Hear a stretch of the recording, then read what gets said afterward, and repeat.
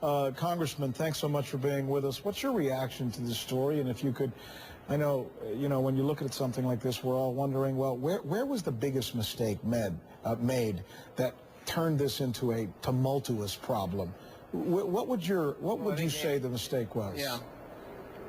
Well, look, I think for one thing, I think this is a learning moment, and I think that Gibbs got it right. He walked around it a couple of times, but ultimately got it right to apologize. Ultimately, it seems the administration is getting it right to get this poor woman, at least offer her a job back. I don't know if she's still wanted in this environment. Yeah, she says she doesn't. Things. First of all, it is part of the Republican right echo chamber every time possible to stoke these things. So the first instinct has to be to not believe them. When someone like Breitbart, who is right maybe 5 or 6% of the time he puts something up, I think your first instinct should be to step back and try to get all the facts.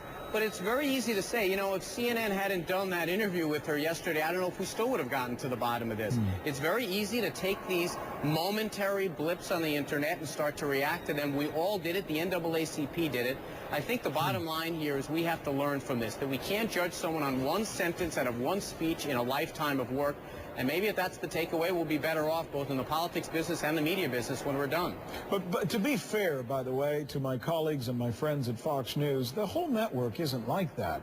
I mean, there are only certain shows, some of them very noted in prime time, that have a tendency to run with this. Why is it so difficult for the White House and maybe other Americans, but specifically the White House? These are supposed to be the really smart guys, to not be able to tell the difference between commentary, opinion, bloviation, and a legitimate news story.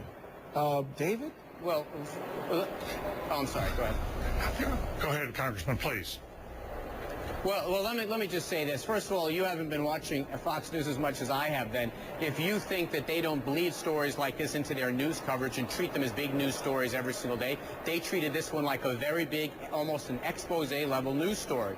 But the question is not who reacted and how. The question is whether or not the proper protocols are in place to take a step back and give people a benefit of the doubt. Mr. Gergen is exactly right. The first instinct should be in an administration is to support your employees unless you find out for sure they did something wrong.